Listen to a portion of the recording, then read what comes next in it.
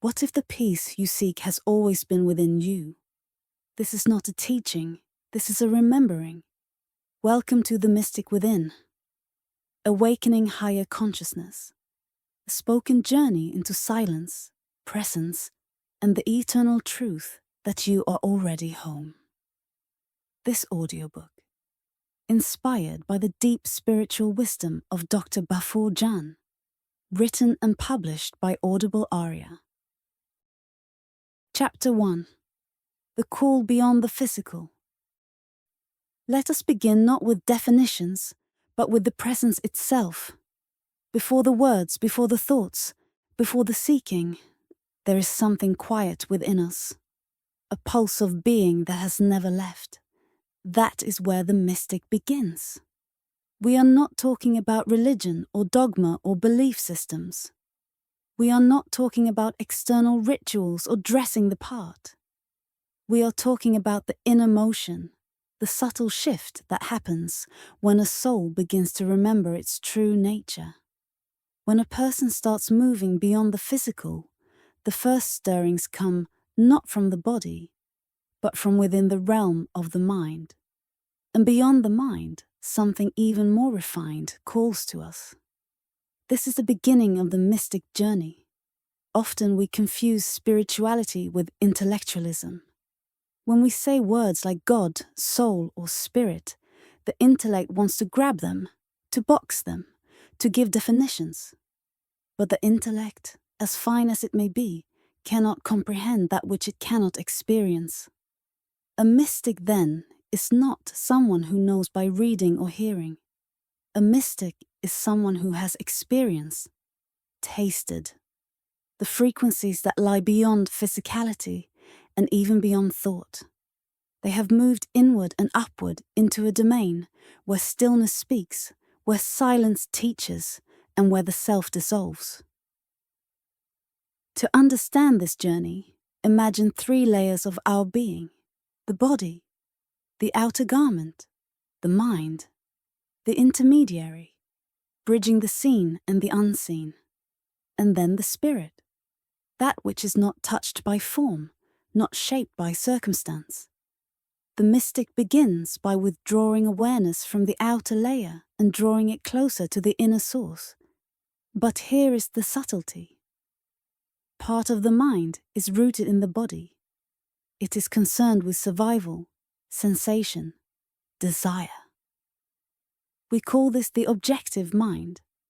But another part of the mind is inclined toward the spirit. When we shift our attention from the objective mind toward the inward-reaching mind, we begin to transcend the physical. This shift is what some call metaphysics, that which is beyond the physical. It is a delicate but deliberate movement.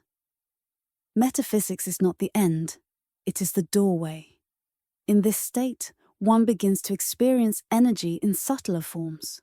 Thought becomes clearer. Intention becomes powerful, and matter becomes malleable. The metaphysician is learning to influence physical reality through mental and energetic principles. But he is still on the threshold. To go deeper is to become a mystic. While the metaphysician operates within refined mind, the mystic ventures into the zone of pure spirit. There, the frequencies are no longer mental, they are divine. A mystic enters this zone not for power, not for gain, but for realization. He is drawn by an inner call, the longing of spirit for itself. As he travels inward, he encounters less noise, less distraction, less form, and more presence. At a certain point, there is no longer even a desire for spiritual attainment. The mystic no longer wishes to become something. He simply wishes to be what he already is. Pure awareness. This is not a journey for the masses. It is not a path lined with applause or recognition. The mystic, often unseen, walks among us as a presence of peace, of light, of silent service. His aura is wide and calm. His movements are steady. He is not easily shaken.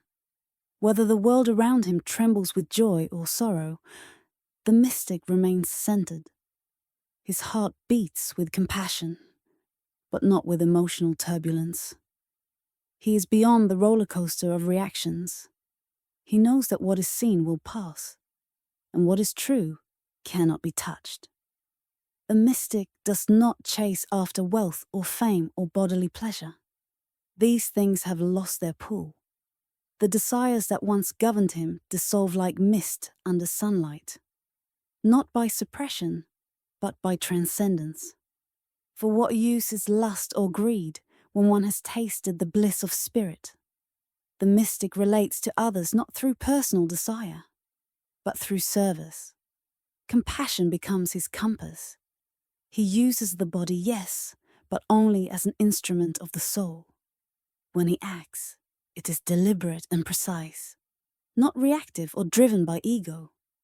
How can one recognize such a person? You may not know by their clothes or titles, but you may sense it in their presence. Their eyes are clear, their breath is balanced, their energy speaks before they do. They do not seek the spotlight, yet the atmosphere shifts when they enter a room. Their peace is contagious. Their calmness is not laziness, it is mastery. And if they speak, the words carry depth, not from the mind, but from a place far deeper, a place you may suddenly remember from your own silent moments. The truth is, every being carries the seed of mysticism within. Everyone is a mystic in essence, though not everyone remembers. What makes one forget? It is the drama. The soul comes into this world like an actor stepping onto a stage. To play the role well, it must forget it is acting. This forgetting is deliberate. It is a kind of self-hypnosis. But there is always a moment, perhaps through suffering or longing or silence, when the soul begins to stir again. The actor remembers the script is not real. The costume is not the self. And at that moment, the journey home begins. This homecoming is not a return to a place, but a return to a state of pure being. The mystic is the one who wakes up from the dream while still in the dream. He plays the role with grace, but no longer identifies with it. He is in the world, but not of it. His awareness shifts from the form to the formless. He sees himself in all beings and recognizes all beings in himself. And what of God? What of I am? These are not concepts to be believed in. They are realities to be realized. The mystic understands that the I am is not separate in each being, but shared. The same I am speaks through every creature, every cell, every breath.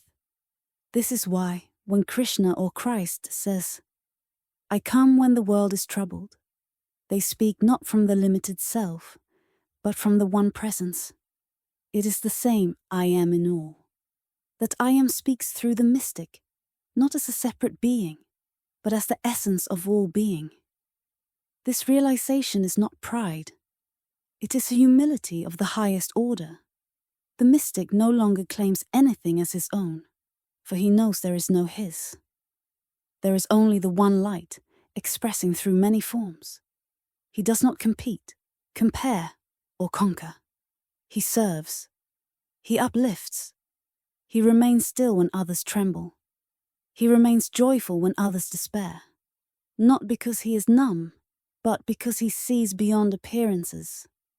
To walk this path is not to escape the world, but to move through it with new eyes. The mystic lives in the same house, wears the same clothes, meets the same people. But nothing is the same, because he is not the same.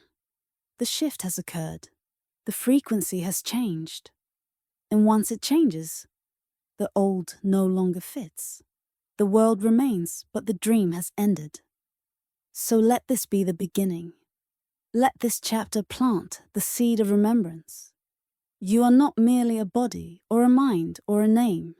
You are not the role you play. Beneath all that, you are the mystic, already, always. The path is not about becoming something new. It is about uncovering what has always been there.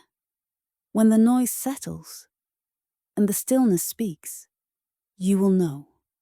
You have never been separate. You have only been sleeping. Now it is time to wake. Chapter 2. From Metaphysics to Mysticism. The path into mysticism is not a path of addition. It is a path of subtraction, not of collecting more, but of releasing what never truly belonged. The more you shed, the closer you come. The world teaches us to gain more knowledge, more possessions, more power. But the mystic walks backward through the noise, stripping away the layers until what remains is the truth. That truth was never born and can never die.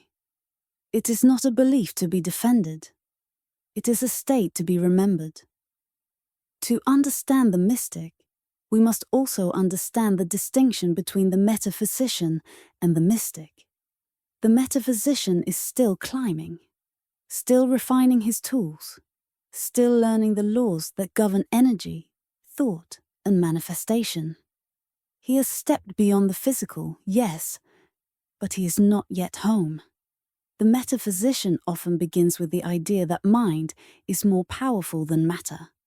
And it is. But even the mind must eventually be transcended. Because the mind too is part of the drama. It is a fine instrument, a bridge, a lens. But it is not the seer. It is not the source. In the early stages, metaphysical knowledge can feel like liberation. The moment you discover that thoughts have power, that the inner world shapes the outer one, you feel as if you've been given a secret key. And you have. But that key opens only the first gate. Many people stop here. They learn to affirm, to visualize, to attract. They begin to direct energy, to influence outcomes. And for a while, it feels like mastery. But what is often missed is that even this level of mastery can become another trap, if it feeds the ego. The mystic watches this quietly. Not because he is uninterested, but because he has passed through that fire and emerged on the other side. The mystic knows that the one who desires to control is still entangled. The one who seeks to shape the world is still being shaped by it. And so he lets go. He lets go not because he is weak, but because he is no longer bound. The mystic does not seek to manipulate the world. He seeks only to see it clearly, to live from the still point within it. There is a zone where metaphysics ends and mysticism begins. That zone is silence. It is not the silence of the mouth, but the silence of the mind. The metaphysician speaks with intention. The mystic listens without intention. He receives not from books, but from being. In this silence, all teachings dissolve. What remains is awareness, raw, present, alive. This awareness does not belong to you. It is not inside your head. It is not produced by the brain. It is what sees through all eyes. It is what feels through all hearts. It is the ground beneath every thought. To reach this point, one must pass through many gates. The gate of fear, the gate of desire, the gate of identity. The mystic is not one who has avoided these gates. He has faced them and walked through. He has seen his own ego in all its disguises. He has wept in the fire of detachment. He has tasted the loneliness that comes when the old self begins to die. And yet he continues, not because he is searching for something outside, but because something inside will not let him stop. That longing is not worldly. It is sacred. It is the pull of truth toward itself. You see, to become a mystic is not to become anything. It is to undo what you have built. You let go of being this or that. You release the urge to defend a name, a history, a belief. You begin to feel the presence that has watched all your changes and never changed. That presence is what you are. Not the body, not the role, not even the thoughts about the role. Just the witnessing presence, silent, eternal, aware. This awareness is not passive, it is deeply alive. It does not need proof, it does not seek validation. It is what it is, with or without the world's acknowledgement. And the more you rest in it, the less you need the world to reflect it. The mystic no longer asks for signs. He no longer begs the universe to agree with him. He walks, whether seen or unseen. He speaks, whether heard or ignored. His source is not in reaction. It is in realization. In this state, everything begins to shift. The outer world remains the same. The news still screams. The people still chase. The noise still fills the air. But the mystic has moved to a different frequency. He no longer tunes into the static. He no longer believes the performance. He sees through it. Not with contempt, but with compassion. He understands that those who chase are not wrong. They are simply asleep. And one day, they too will stir. They too will question. They too will begin the journey home. The mystic holds space for this without judgment. He knows that timing is not his to dictate. Some souls awaken through suffering, others through silence. Some wake early, others late. It does not matter. The I Am is patient. It plays all roles. It dreams all dreams. And when the dream ends, it welcomes itself home without punishment, without a reward, only love. Can you see now why the mystic is not disturbed? Why he does not react as others do? It is not indifference. It is clarity. He has died before dying. He has seen through the illusion. And having seen, he cannot unsee. This is why his peace is not fragile. It does not depend on circumstances. It does not rise and fall. It is not earned. It simply is. Now you may ask, what of action? What of injustice? What of the world that cries out for healing? Does the mystic simply retreat and meditate in the hills? No. The true mystic does not escape life. He embodies truth within life. His presence is his protest. His silence is his teaching. When he moves, it is with precision. When he speaks, it is with purpose. Not to argue, not to win, but to plant seeds, seeds that will bloom when the soil is ready. And those who are ready, they feel it. They are drawn not by charisma, but by something deeper, something ancient, the resonance of truth. It is not loud, it does not demand, it whispers. It reminds you of what you have always known, that beneath all roles, beneath all fears, beneath all masks, you are that same awareness. You are not on the journey. You are the journey. You are not the seeker. You are what is sought. This is the paradox the mystic lives.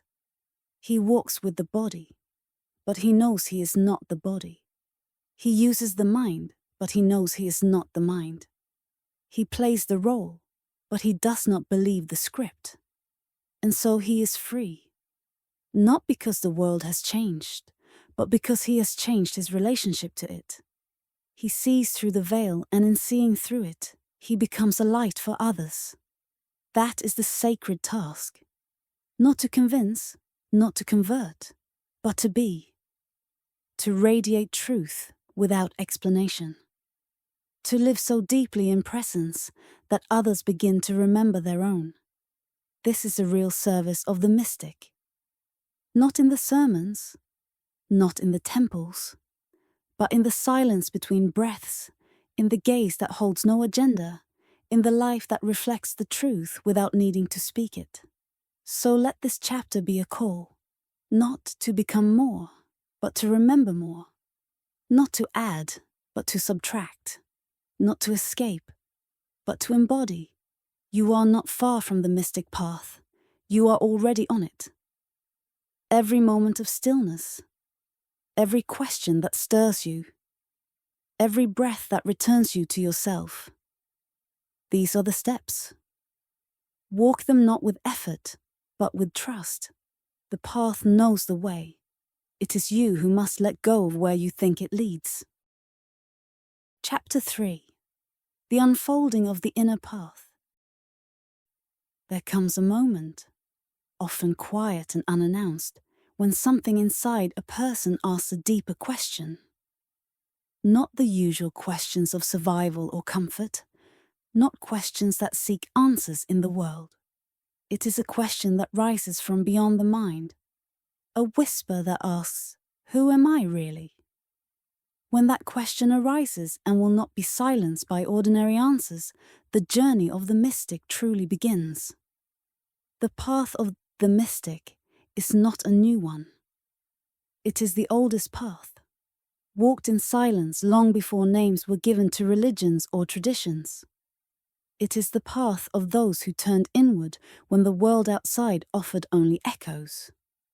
These were the ones who left not always in body, but always in thought. They began to listen to what others ignored.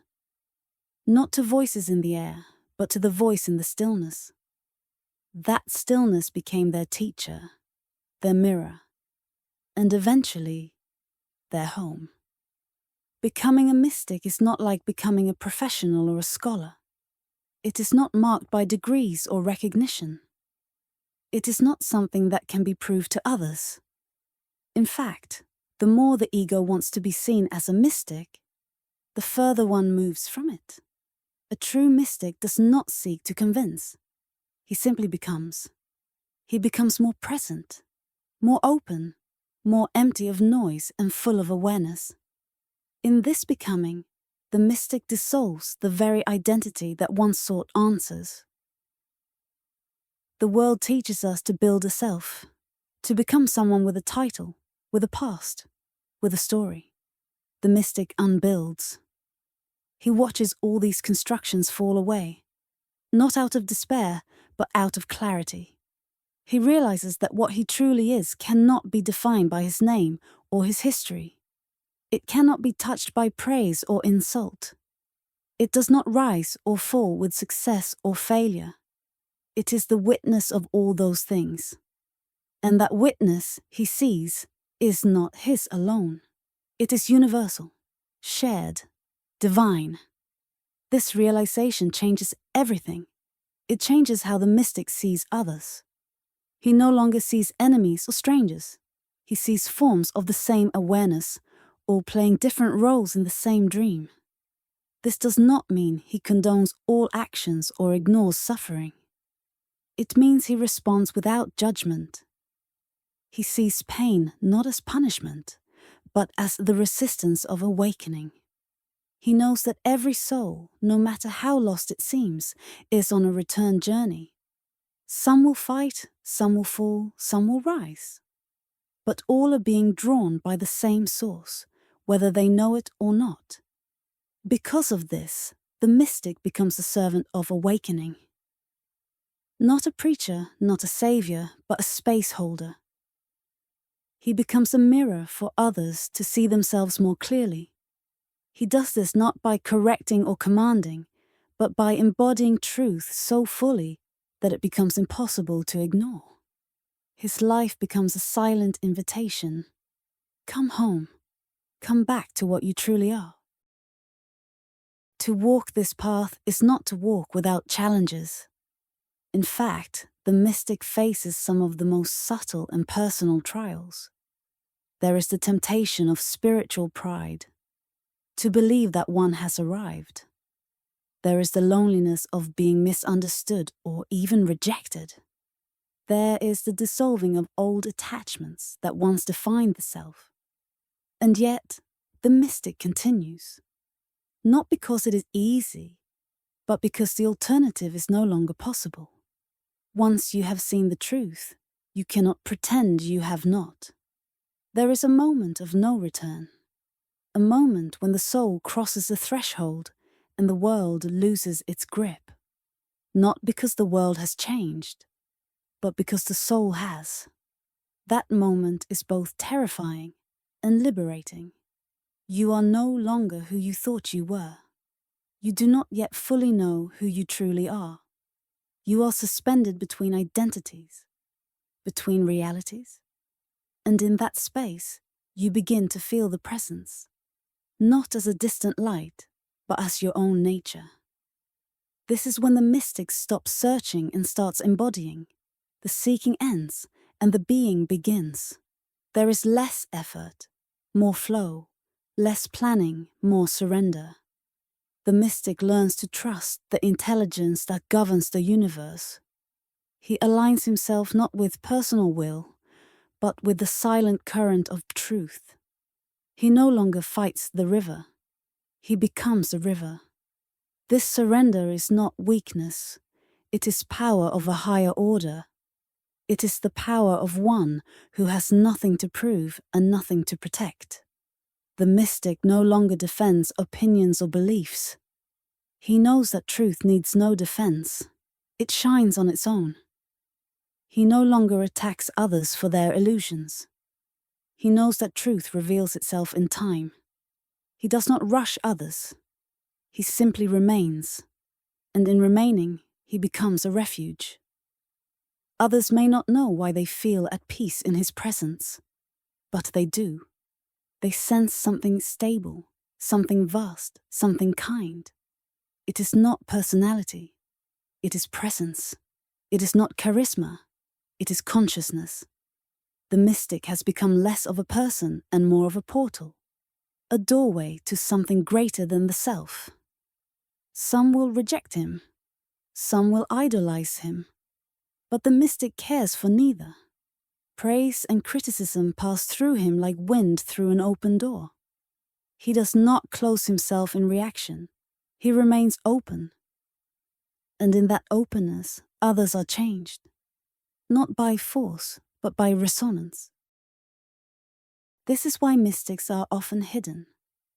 Not because they fear the world, but because the world is not always ready. They appear when needed and disappear when their presence becomes a distraction. Their goal is not to be followed, but to help others follow themselves. Their real selves, they do not create dependency. They awaken sovereignty. They do not demand loyalty. They inspire remembrance. What you call a mystic is really the human stripped of all illusion. It is the original human. Before culture, before trauma, before ego. It is the human as spirit in form, awake and aware. Not superhuman, not perfect, but real. And real is enough. Real heals. Real liberates. There is no final destination. The mystic does not arrive at a conclusion and stop. He continues to deepen. The spiral never ends. Every moment is a deeper surrender, a greater humility, a fuller embodiment. The more he knows, the less he speaks. The more he sees, the softer his gaze becomes. He no longer needs to be right. He only needs to be true. And so he walks. Not ahead or behind, but alongside. He may be your teacher, or he may be the one sweeping the floor beside you. He may be a stranger on the street, or a friend who says very little, but always listens. The mystic hides in plain sight. Not because he fears being known, but because he is known only by those who see truly. And those who see truly do not need introductions. You may be closer to this path than you think. You may already be walking it without knowing the name. If you have questioned deeply, if you have longed silently, if you have felt the falseness of appearances and yearned for something real, you are not far. In fact, you are already in motion. The mystic is not something you become. It is something you remove the layers around. It is what remains when the pretending stops. Let this chapter be not an explanation, but a permission. A permission to stop waiting. A permission to trust your quiet knowing. A permission to walk gently, truthfully, and with the courage to disappear into what is real. The world may not understand, but the soul will, and that is enough. Chapter 4. Living in higher frequencies. When a mystic begins to live from spirit, everything changes without anything needing to change. The outer life may look the same, but the inner life becomes vast and luminous. He is no longer moving from thought to thought, like stepping stones across a river. He is no longer reaching, no longer grasping. Instead, he is resting. Not in passivity, but in a depth that the world cannot disturb. The mystic lives in frequency, not in form. He senses more than he sees. He feels more than he hears. He operates not from information, but from presence. What defines a mystic is not special powers or secret knowledge. What defines a mystic is access. Access to higher frequencies of being, to the spirit dimension that lies just behind the veil of the world. This access is not gained through books or rituals, but through surrender. The mystic lets go of what the mind clings to. He loosens the grip on judgment, identity, memory, and desire. As each layer falls away, a clearer signal comes through. He begins to receive reality not as a thought, but as a knowing. These higher frequencies are not loud. They do not compete for your attention. They whisper through intuition, through silence, through beauty, through love. They come when the mind grows quiet and the inner noise fades. Most people live surrounded by this noise.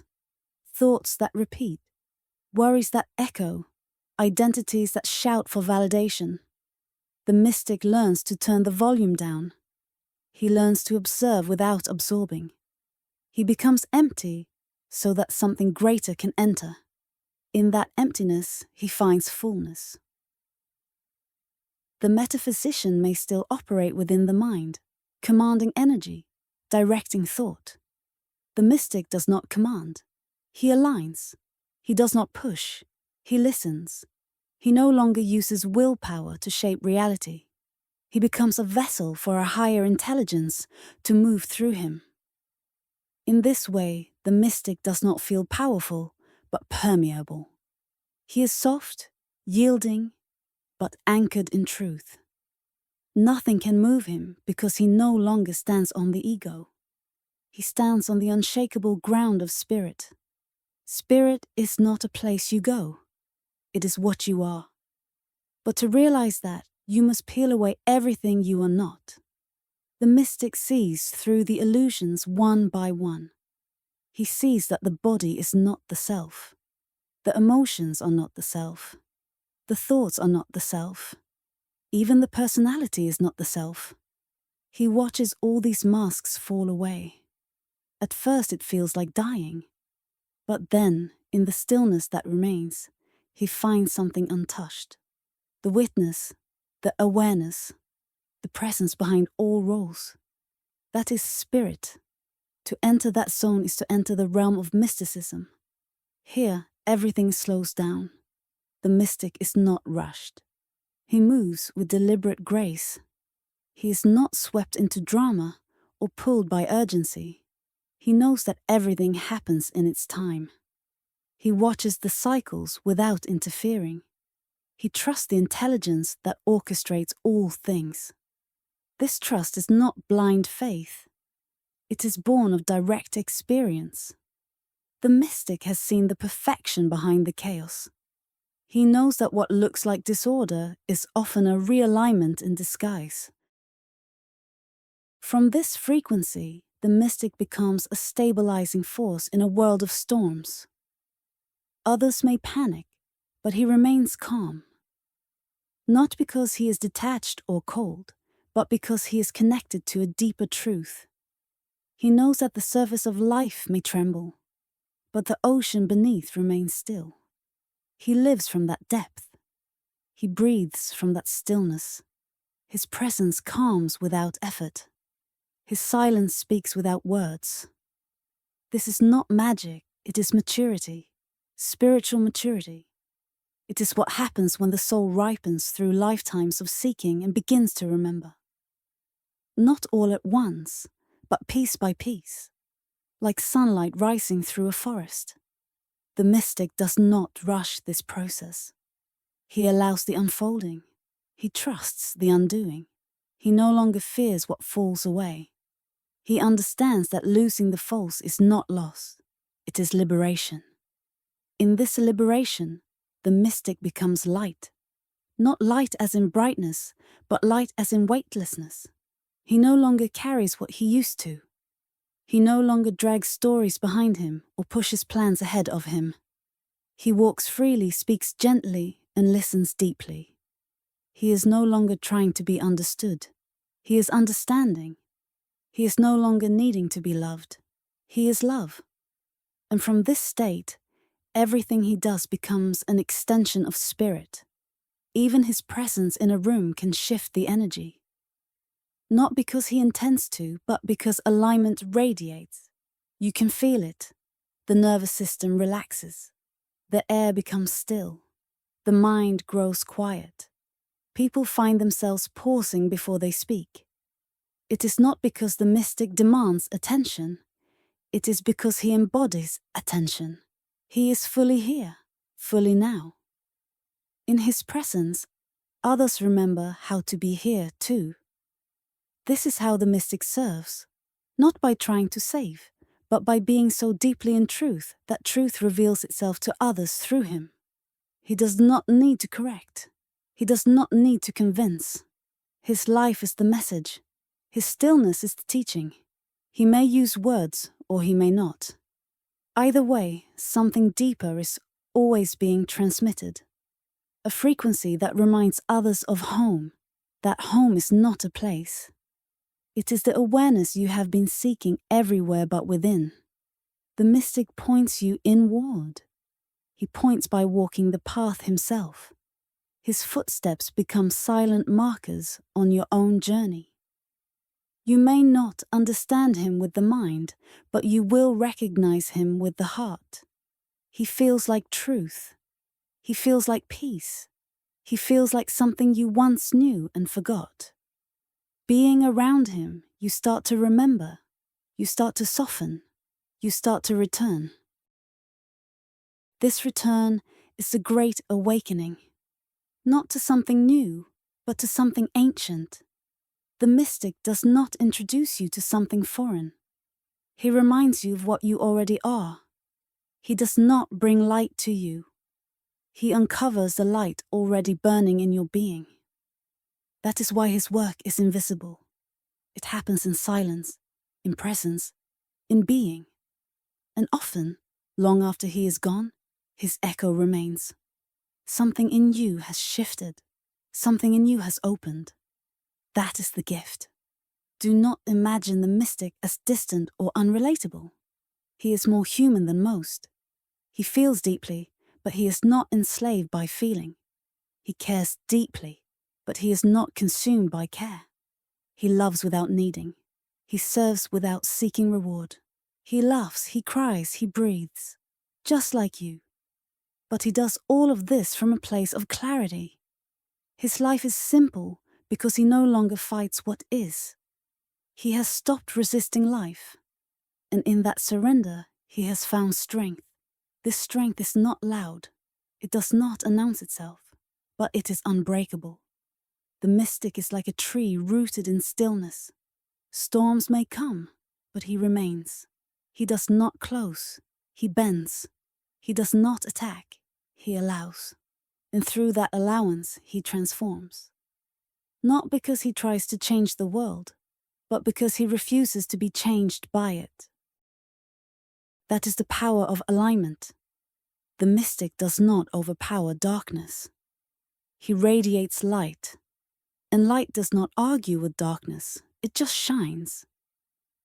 In the same way, the mystic shines not to prove, not to impress, but simply because that is what light does. He has become what he always was. The difference is now he knows it. Chapter 5. Recognizing the mystic. If you were to pass a mystic on the street, you might not notice anything unusual. They may not wear flowing robes or speak in ancient tongues. They might not live in a cave or lead large gatherings. They could be anyone. A teacher, a friend, a stranger sitting in silence beneath a tree. Mystics do not always announce themselves. They often go unnoticed, not because they lack power, but because their power is not of this world. It is subtle, quiet, and deeply rooted in the unseen. And yet, those with open hearts will feel them, not as personalities, but as presence. You know a mystic not by their outer signs, but by the way they affect your inner space. In their presence, something begins to quiet down. Your breath slows. Your thoughts loosen. Your tension begins to melt. You're not sure why, but you feel safe. You feel seen, not for your name or your role, but for something deeper. The mystic sees not the surface, but the soul. He does not need to search for your story. He senses the essence behind your eyes. And in doing so, he reminds you of something you've forgotten. The stillness behind the noise. This stillness is his natural state. He does not pretend calm. He is calm. It is not the calm of indifference or detachment, but the calm of one who is anchored in truth. Whether joy or sorrow, praise or blame, gain or loss, the mystic remains balanced, not because he resists emotion, but because he understands it. He sees the waves of feeling as weather, passing, changing, never permanent. He has learned to watch them without drowning in them. This watching gives him space. In that space, wisdom grows. The eyes of a mystic often reveal more than his words. Look closely and you will see depth, clarity, peace. There is a knowing there that has nothing to do with information. It is not the look of someone who has read many books. It is the gaze of someone who has looked inward and found the sky. The mystic does not need to tell you what he knows. He carries it like a flame inside, steady and warm. When he speaks, the words seem simple, but something in their simplicity goes deep. You hear with more than your ears. You feel with more than your mind. Mystics are not free from life. They are deeply immersed in it. But they are not entangled. They can walk through fire and not be burned. Not because the fire is gone, but because they have become fireproof. Their identity no longer clings to form. They do not hold on to roles or labels. They may be called teacher or guide or even friend, but they are none of these and all of these. They are like mirrors. They reflect what you are ready to see. Sometimes they show you peace. Other times they reveal the pain you've hidden. Either way, their purpose is the same: to wake you up. One way to recognize a mystic is by the absence of desire. Not the absence of preference or intention, but the absence of craving. The mystic is not moved by lust or ambition. He does not chase after pleasure or status. These things have lost their taste. Not because he suppresses them, but because he has tasted something sweeter. The freedom of spirit. The mystic uses the body, yes, but only in service of the soul. He may enjoy the world, but he is not possessed by it. His happiness is not dependent on conditions. It rises from within, like spring water, clear and self-renewing. He does not compete. He does not compare. He walks his path without looking sideways. He may admire beauty, but he does not envy. He may witness suffering, but he does not pity. Instead, he responds with compassion, a deep, impersonal love that seeks nothing in return. The mystic helps without needing to be thanked. He serves without keeping score. His generosity is not strategic. It is natural, like the sun that shines on all without discrimination. Another sign is silence, not just external quiet, but inner stillness. The mystic speaks only when the silence allows it. He listens not just with ears, but with presence. When others speak, he does not plan his reply. He receives fully, holding space for truth to emerge. And when he does speak, it is with precision. He wastes no words. He speaks as a river flows, not in force, but in clarity. His words do not impress the intellect. They penetrate the heart. They resonate in ways that echo long after the sound has faded. Mystics are often misunderstood. Some mistake their gentleness for weakness. Others expect miracles and grow disappointed when they receive only silence. But the mystic is not here to perform. He is here to reveal. And what he reveals is not something new, but something ancient. The truth that lives within you. He is a reminder, not a rescuer. He will not walk your path for you, but he will walk beside you, silently encouraging, silently illuminating, until your own light is strong enough to guide you home. You may find a mystic teaching in a small room, or sitting quietly in a crowd, or even smiling in a marketplace. They are not always where you expect them to be. Sometimes they live simply. Sometimes they disappear altogether. Their lives are often hidden from view, not because they fear attention, but because they do not seek it. They do not promote themselves. They do not sell enlightenment. They do not brand the truth. They carry it with humility, offering it only when asked, and sometimes not even then. The mystic does not entertain the idea of ownership, of teachings, of people, or of truth. He belongs to no religion, no country, no class. He may honor traditions, but he is bound by none. He walks freely, guided by an inner compass that points always to what is real. This freedom makes him difficult to categorize. He is not this or that. He is always becoming less so. He can be more. Not in ego, but in essence. Even his presence is a kind of teaching. Not through instruction, but through transmission. Being near a mystic is like sitting near a fire. You don't need to be told it's warm.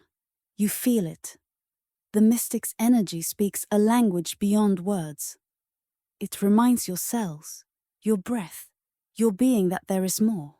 More than fear, more than stories, more than roles. It tells you in silence. You are this too. You have simply forgotten.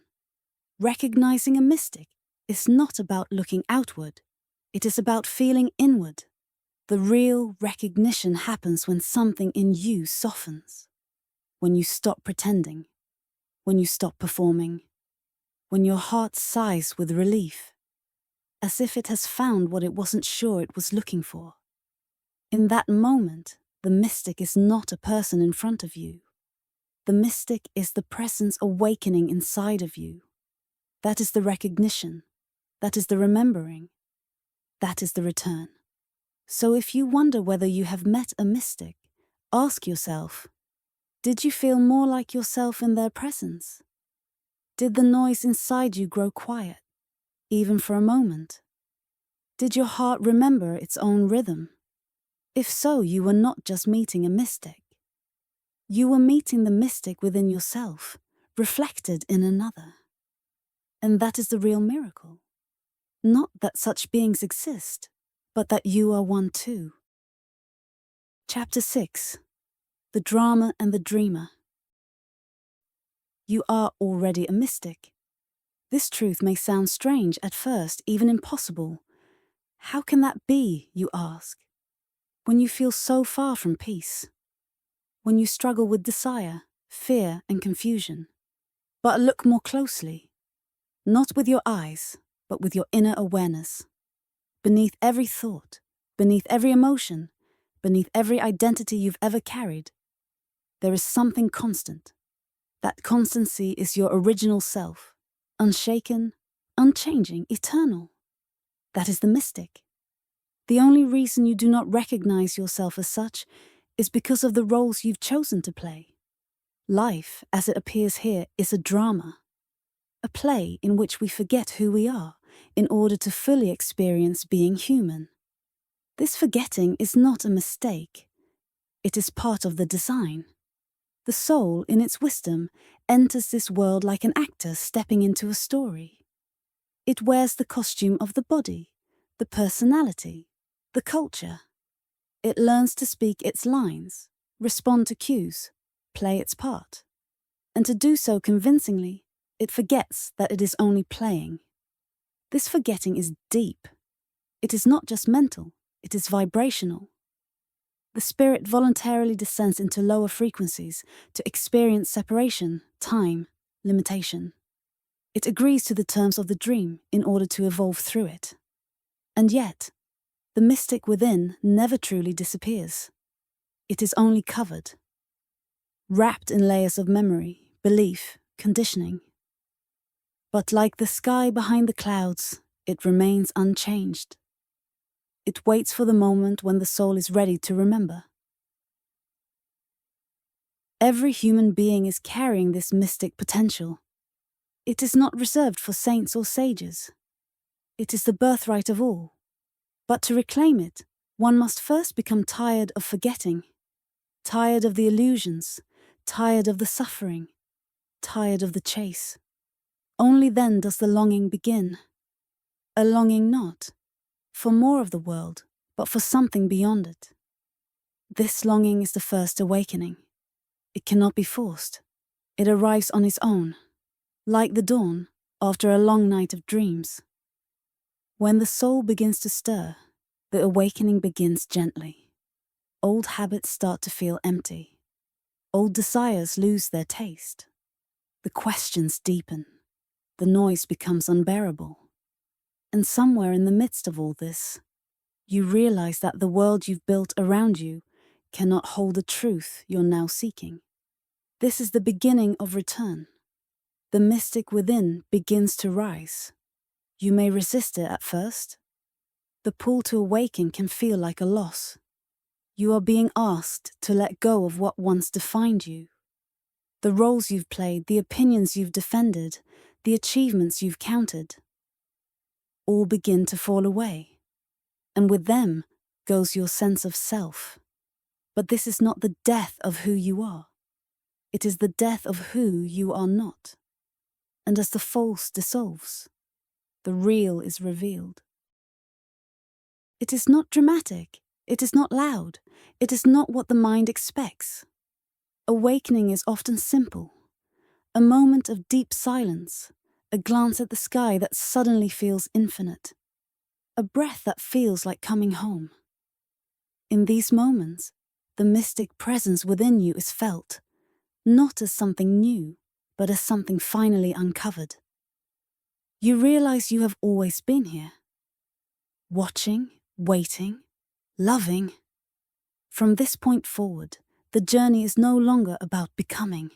It is about remembering. The mystic does not climb a ladder to reach the truth. He peels back the layers. He unlearns the lies.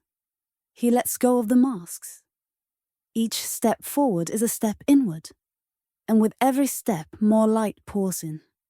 Not because it was missing, but because the curtains are finally opening. This remembering is not always easy. The ego will protest. The mind will doubt. The world will pull. But the pull of truth is stronger. It is not a force. It is a rhythm, a beat that begins to align with your heart. You find yourself less interested in conflict, less drawn to noise, more present with each breath, more available to each moment. You are not retreating from life. You are entering it more deeply than ever before. And as you go deeper, you begin to see that this entire experience, this life, this world, this unfolding, is part of the awakening. Even the forgetting was sacred.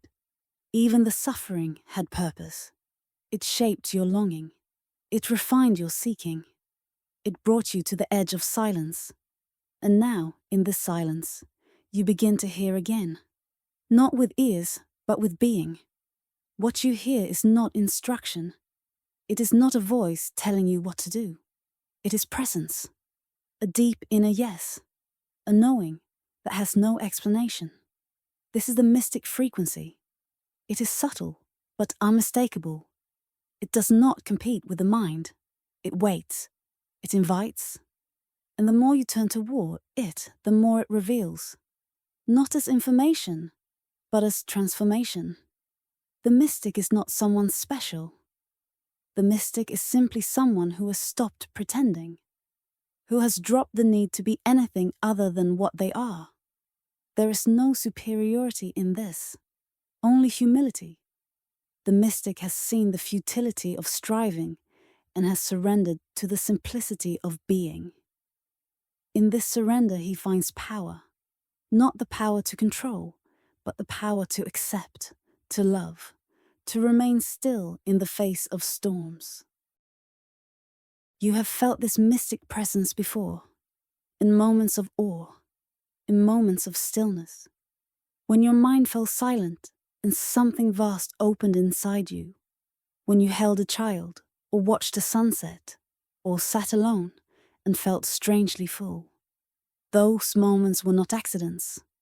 They were glimpses, hints from the mystic within you, reminding you of what is always present beneath the surface.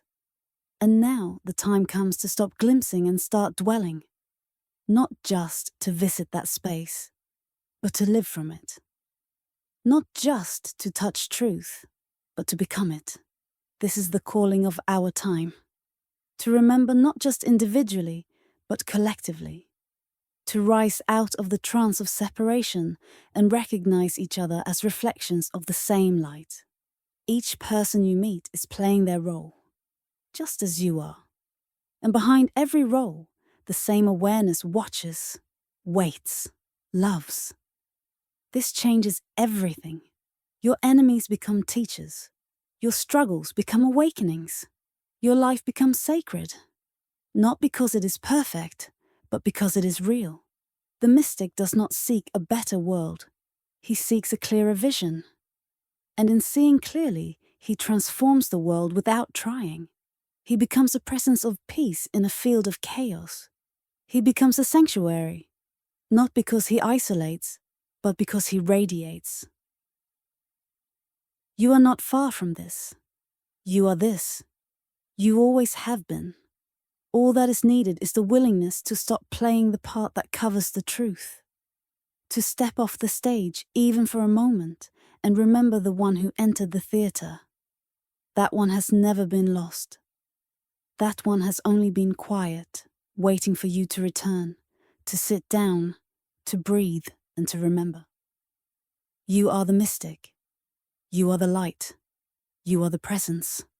The journey home does not take time. It takes honesty. It takes courage to see through the illusion. It takes stillness to hear the truth. And once you hear it, truly hear it, you can never go back. The remembering has begun. The mystic within has stirred. And from this moment forward, everything changes. Not outside, but inside. The dream continues, but now you are awake. Chapter 7. The Silent Ones Who Guide the World. The mystic does not walk the earth in vain, though he may not be known to many, though his name may never be printed in books or echoed through speakers. His presence changes everything. The mystic is not here to be seen. He is here to see, to understand, to serve. He enters this world of complexity and confusion, not to escape it, but to illuminate it. His service is not loud. It is not measured by scale. It is felt in silence, and it moves beneath the surface of ordinary life like a current of light. He does not wait for recognition. The mystic's path is not fed by applause. He does not ask to be followed. He only asks to be true. And in being true, he becomes a lighthouse, not a rescuer, not a preacher, but a steady presence in a sea of noise. The mystic's presence is his offering. His alignment is his service. And though few may see it, many are nourished by it. Like roots beneath a tree, hidden yet essential, his being supports the flowering of the whole. The mystic knows that the world often moves in patterns of repetition, cycles of growth and decay, rise and fall, clarity and confusion. And he also knows that during certain times, when the darkness seems thickest, the soul of the world cries out for light. That is when mystics appear. Sometimes not many, but enough. They do not always arrive with great signs. Sometimes they are born into quiet families, living simple lives. Sometimes they are called forward by pain. But when the need is great, the mystics rise. This rising is not a campaign. It is a calling. It is not a movement organized from the outside, but a shift that occurs deep within the spirit. The mystic hears it not with ears, but with the soul. A subtle nudge, a gentle inner yes. The time has come to share. The time has come to hold space. The time has come to remind others of what they've forgotten. And so, with humility, the mystic steps forward.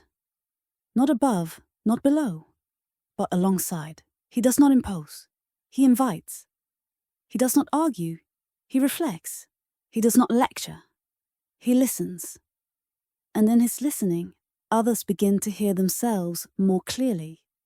His compassion is not sentimental. It is fierce in its clarity, soft in its application. He does not look down on suffering. He holds it gently. He understands that every wound is a doorway, every pain a passage, every fall a call home. The mystic never shames the sleeper. He remembers what it is to sleep. Through his remembering, he becomes a bridge, a connection between dimensions, between possibilities, between timelines. He holds the memory of a spirit while others forget. He stands in the unseen while others collapse into form. And he does this not with superiority, but with responsibility. He knows that the more light he carries, the more humility is required. The mystic carries the torch not to shine it in anyone's face, but to light the path under their feet. And often, he steps aside. The true mystic is not attached to being the teacher. He knows when his presence is needed, and when it has done its work. He knows how to disappear without leaving. His influence may linger long after his body is gone.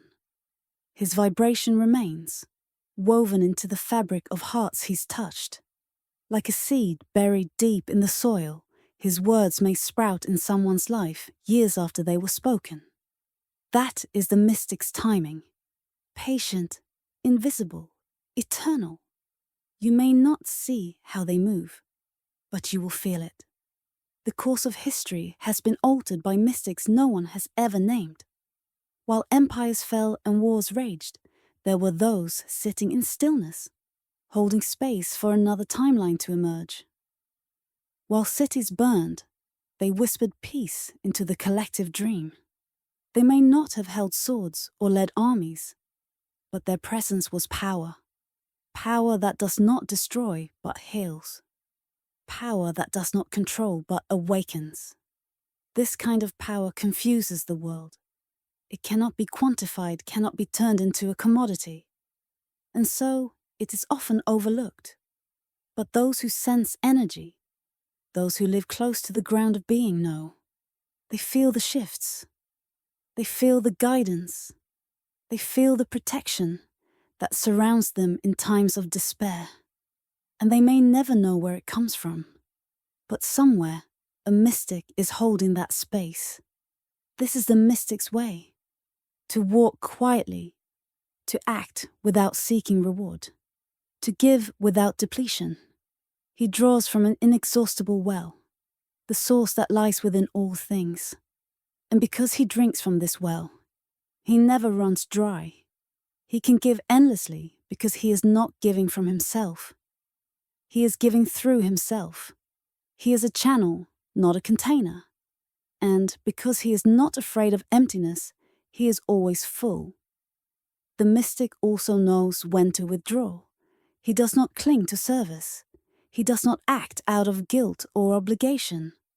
When the time has come to rest, he rests. When the time has come to vanish, he vanishes. He understands rhythm. He understands timing. He knows that his disappearance may be just as important as his appearance. Sometimes the lesson is in the absence. Sometimes the silence teaches more than the sound. In this way, the mystic moves with great precision. His actions are deliberate, but not rigid. He responds to the unfolding with grace. He knows that the soul of the world is listening, and so he listens too. He listens not only for instruction, but for resonance. That deep inner alignment that says, yes, now is the time. And when that moment comes, he does not hesitate. He steps forward, not for himself, but for the whole. And when he does, the effect is immediate. The atmosphere shifts. People breathe deeper, confusion lessens, possibility expands. He may say little, but his presence says everything. He is not here to dazzle. He is here to ground, to center, to remind. And when his task is complete, he returns. Not to a temple or a title, but to his own stillness. He needs no recognition, for his reward is in the resonance. There have been many like this. Their names may vary, their faces may differ, but their essence is the same.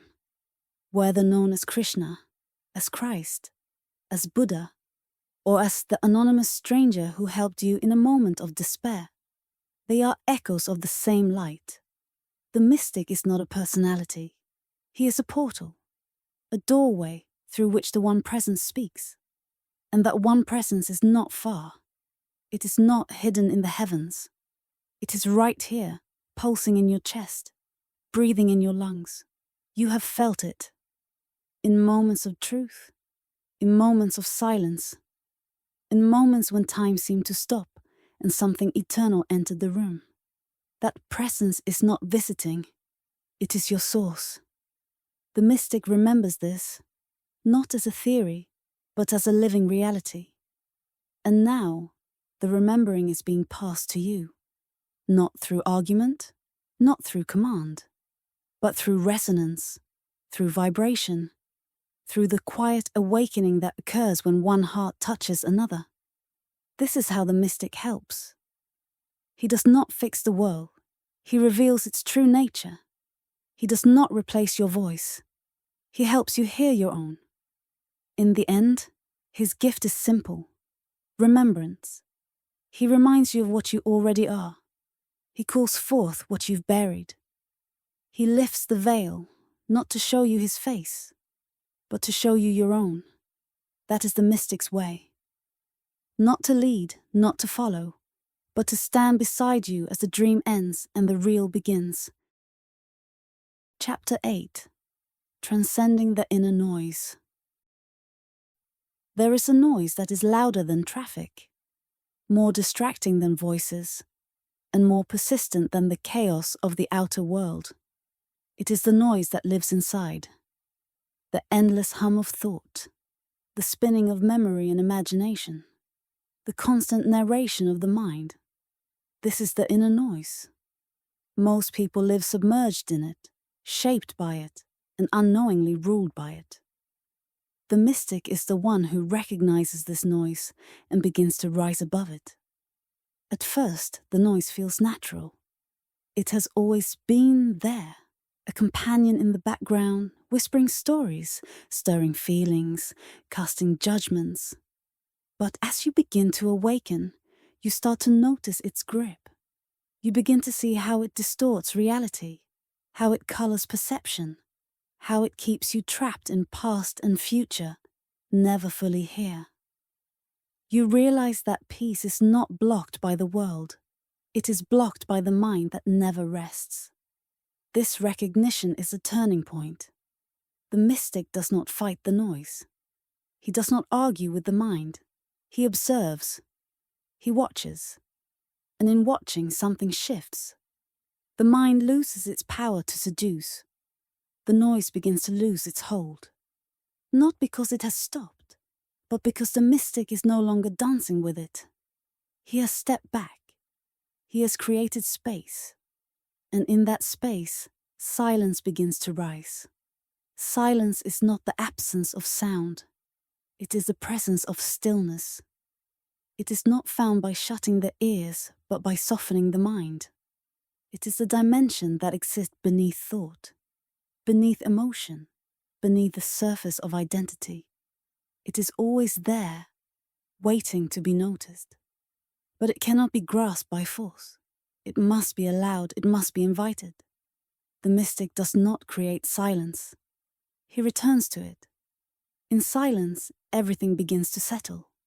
The ripples of mind calm, the body relaxes, the breath deepens. And with that stillness comes clarity. The mystic begins to see not just with the eyes, but with awareness. He sees the subtle energies behind actions, the unspoken emotions behind words, the truth behind appearances. Silence sharpens perception. It does not dull it. It opens the inner eye.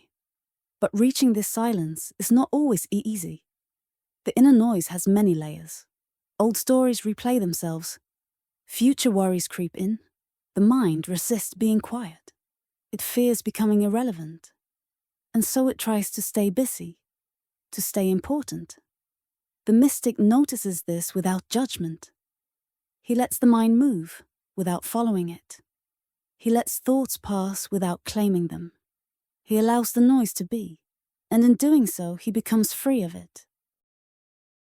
This freedom is subtle, but profound. It is not dramatic. It is not something you boast about. It is something you live. You speak less. You listen more. You act with intention. You feel without being consumed.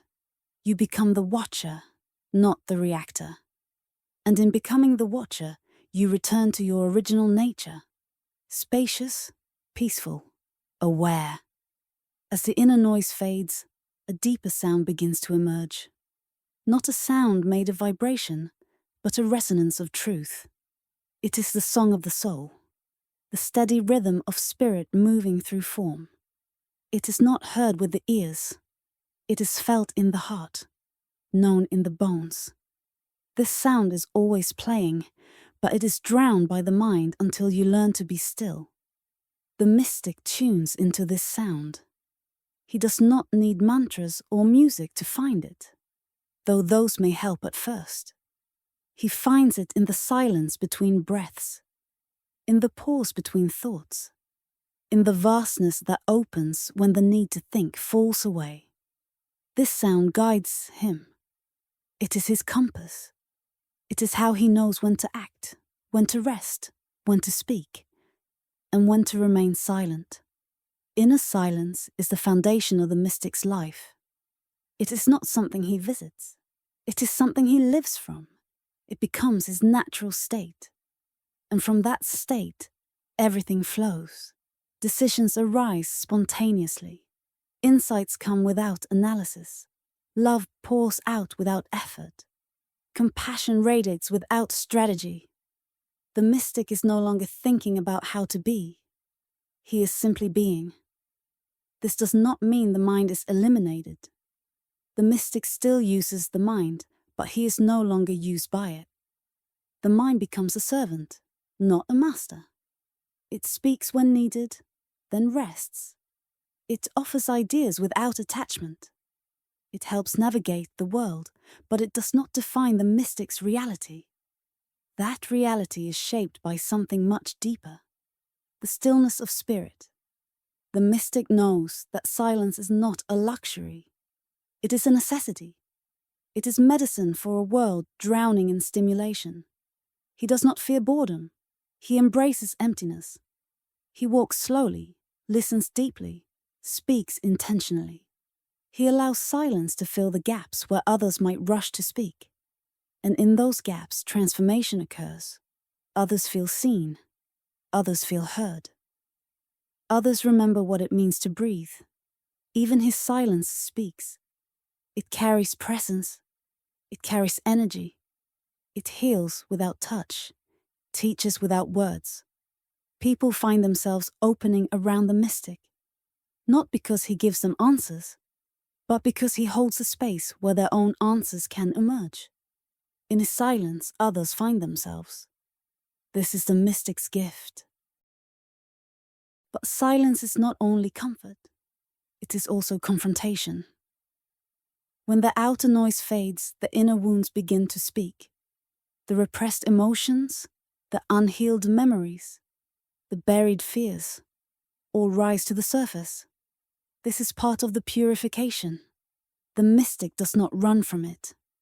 He sits with it. He breathes through it. He welcomes what others resist, because he knows that only by facing the inner chaos can true peace emerge. And when that peace comes, it is not fragile. It is not based on avoiding life. It is born from moving through life, fully, deeply, consciously. The mystic becomes unshakable, not because he hides, but because he sees clearly. He has faced his shadows and embraced them. He has entered the fire and emerged whole. And now, in his silence, there is strength. This silence becomes his language. Not a silence of absence, but a silence of presence. A silence that holds everything. Joy and sorrow, birth and death, darkness and light. The mystic lives in that silence. And because he lives in it, he becomes a sanctuary for others. A space where truth can be felt, not forced. A space where the soul can breathe. You have touched this silence too, in moments of awe, in moments of heartbreak, in moments when the world stopped and something vast opened inside. That silence was not outside of you. It was you. The deeper you, the true you. And it is waiting, always for your return. You do not have to earn it. You do not have to fight for it. You only have to stop, listen, and allow. Let the noise rise. Let it pass. Do not cling. Do not judge. Simply sit, breathe, and remember. Beneath the noise, there is peace. Beneath the thought, there is knowing. Beneath the drama, there is being. This is the path of the mystic. Not a path away from the world, but a path through it. In stillness, in presence, in silence. You do not need more knowledge. You need less noise. You do not need to climb higher. You need to go deeper. And when you do, you will find that the silence you seek has been seeking you all along. Chapter 9. Becoming what you already are. There is no final arrival on the mystic's path. There is no certificate, no applause, no ending credits. There is only deepening, a continual dissolving of what is false and a resting into what is real. The mystic does not seek a finish line because he no longer seeks. The seeking ended the moment he remembered that what he was looking for was already within him. From that moment on, every step becomes an expression of realization, not a pursuit of it. To live as a mystic is not to abandon the world, but to see it with new eyes. The same trees, the same faces, the same streets, but no longer the same gaze. The mystic does not float above life. He walks through it fully, but without being defined by it. He is in the drama, but not of it. He plays his role, but he knows it is a role. He loves deeply, but not possessively. He grieves, but does not collapse. He celebrates, but is not intoxicated by the highs. He lives from a center that the world cannot shake. This center is not made of belief. It is not held together by thoughts. It is not defended by argument. It is known by silence, tested by fire, and proven by presence. You know it when everything you once leaned on begins to fall, and you are still standing. You know it when the old comforts vanish and something deeper rises in their place. That something is not a new identity. It is the absence of identity, the bare presence of being. That is the heart of the mystic. To embody mysticism is to live without resistance, not without discernment. The mystic sees clearly, but without inner war. He does not divide himself against what is. He works with the movement of life, not against it. He bends like water, flows like wind, stands like earth, burns like fire. Never clinging to any form, but always expressing truth in the moment it is needed. His actions may look ordinary, but they carry the weight of stillness. His presence is the real teaching. The mystic's way is simple, but not easy. Simplicity is not the absence of depth. It is the expression of clarity. And clarity comes from letting go. Letting go of excess, of distraction, of unnecessary struggle. It is not about denying the body or abandoning the mind. It is about using them wisely. The mystic eats when hungry, rests when tired, speaks when moved, loves without fear, and lets go without regret. He lives close to the ground of life, and because of that, everything he does becomes sacred. The sacred is not somewhere else. It is not hidden in temples or texts. It is here, in this breath, in this moment, in this ordinary life. The mystic sees the divine not as something far away, but as the essence of all things. He sees spirit in the eyes of a stranger, in the rustling of leaves, in the stillness between thoughts. His worship is not ritual, it is attention. It is reverence for what is. It is the willingness to meet life fully, without armor, without filter, without needing it to be different. This is what makes the mystic trustworthy. He does not impose his truth. He embodies it. He does not need you to agree. He only needs to be real. And in his realness, others are freed. Freed not by instruction, but by resonance. When someone fully lives their truth, it gives others permission to do the same. That is the mystic's influence. Quiet, powerful, and unshakably authentic. You may wonder, how do I live like this? How do I become what I already am? The answer is not in doing more. It is in doing less. Less pretending. Less grasping. Less running. The mystic path begins with honesty. Radical, gentle honesty. You look at where you are. You stop hiding from yourself. You allow the discomfort. You sit with what arises. And slowly the layers begin to peel away. Not because you force them, but because you stop feeding them. There is no map, no single technique, no final method. Each mystic's path is unique because each soul must remember in its own way. But the principles are always the same. Presence, silence, surrender, truth. These are not things you acquire. They are qualities you uncover. And the more you uncover them, the more your life aligns. Not perfectly, not without challenge, but with increasing grace. Grace is not the absence of pain. It is the ability to remain open through it. It is the quiet knowing that everything serves, everything transforms, everything leads home. The mystic does not bypass pain. He meets it fully. And in doing so, he discovers that pain is not the enemy.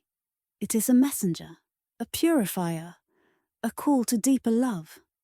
The mystic lets the fire burn away what is false, until only what is true remains. And what is true? That you are not separate, that you are not small, that you are not broken. You are consciousness itself, appearing in form, moving through time, but untouched by either. You are the presence that watches, that feels, that knows. You are the mystery looking through your eyes. And when you know this, not as an idea, but as a living reality. Then you will walk as a mystic, not because others say you are, not because you wear a title, but because you no longer need to be anything other than what you are. And in that simplicity, the world finds healing. One being, fully alive, fully awake, fully present. That is enough to shift everything, not by force, but by truth, not by striving, but by being. Let your life become the teaching. Let your presence become the prayer. Let your breath carry the silence. Let your gaze hold the sacred. Let your hands serve what is needed. Let your heart remain open. And in all things, stay close to the mystery that lives within you. Not to control it, not to understand it, but to honor it. You do not need to go anywhere. You do not need to wait. You do not need to earn your way into truth. You are already standing in it. Every step is sacred. Every breath is holy. Every moment is the doorway. The mystic knows this and lives it, and so may you. Thank you for listening.